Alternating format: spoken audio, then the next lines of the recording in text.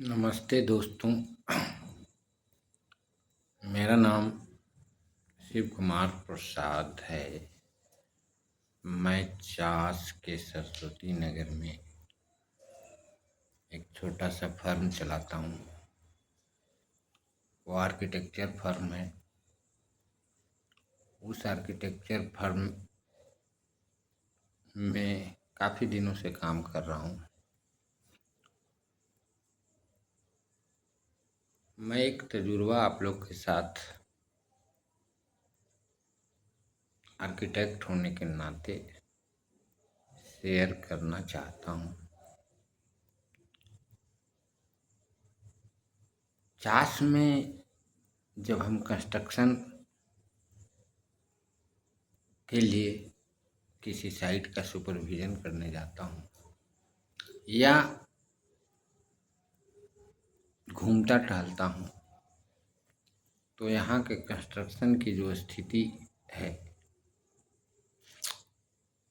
उसको देखकर बहुत ही चिंता होती है।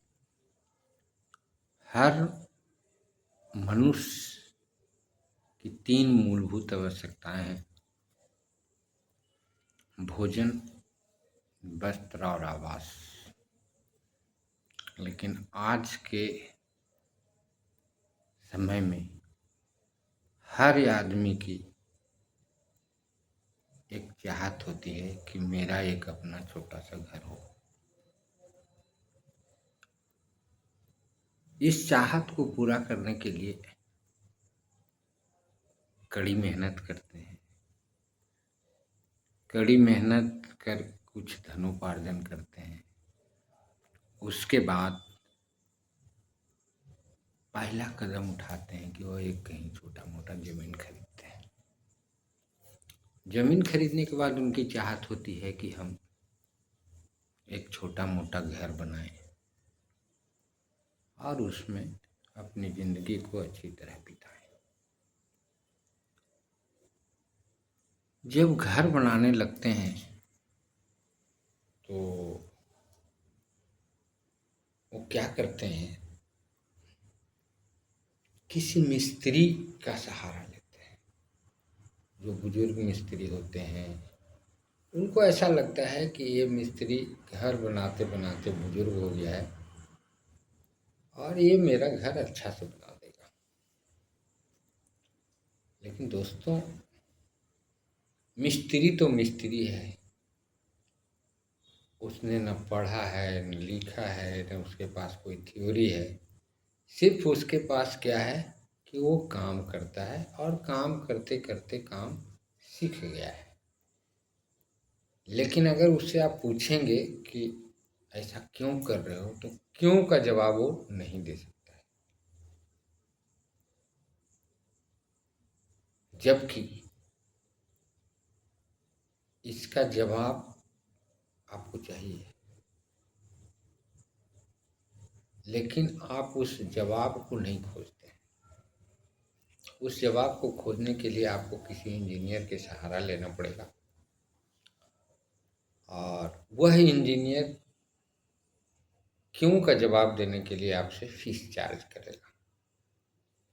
तो आप सोचते हैं, आपकी सोच ऐसी है कि हम जो पैसा इंजीनियर को देंगे उतना में हमारा कुछ मटेरियल हो जाएगा,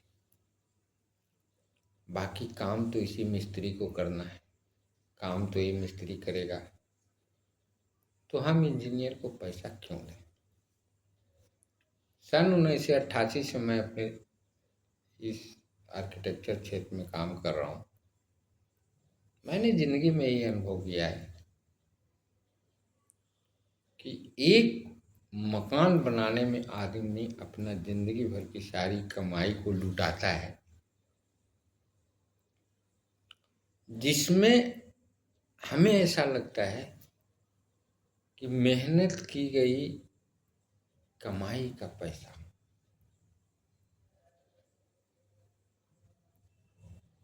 वेस्टेज में जाता है। क्योंकि आपको कोई मार्गदर्शन करने वाला आदमी नहीं है और मार्गदर्शन आप करवाना भी नहीं चाहते हैं, क्योंकि मार्गदर्शन करने वाला आपसे फीस लेगा। दोस्तों, आज के परिवेश में 1500 रुपये स्क्वायर फीट बिल्डिंग कंस्ट्रक्शन का कॉस्ट गिरता है। मटेरियल प्लस लेबर को अगर जोड़ेंगे तो 1500 रुपये स्क्वायर फीट कॉस्ट गिरता है। लेकिन अगर आप किसी टेक्निकल आदमी के सहारे काम करते हैं तो वो आपको ऑलमोस्ट मिनिमम 20% का सेविंग देगा। उस 20% का सेविंग अगर एक छोटा मोटा 1000 स्क्वायर फीट का भी आप घर बनाते हैं तो 15 रुपया स्क्वायर फीट से के हिसाब से 15 लाख रुपया उसमें खर्च होगा। लेकिन अगर किसी इंजीनियर का सहारा लेते हैं तो मैं दावे के साथ यह कह सकता हूँ कि वो 15 की जगह पे 20% घर सस्ता बनेगा। माने इसका क्या मतलब हुआ? 15 लाख रुपए का घर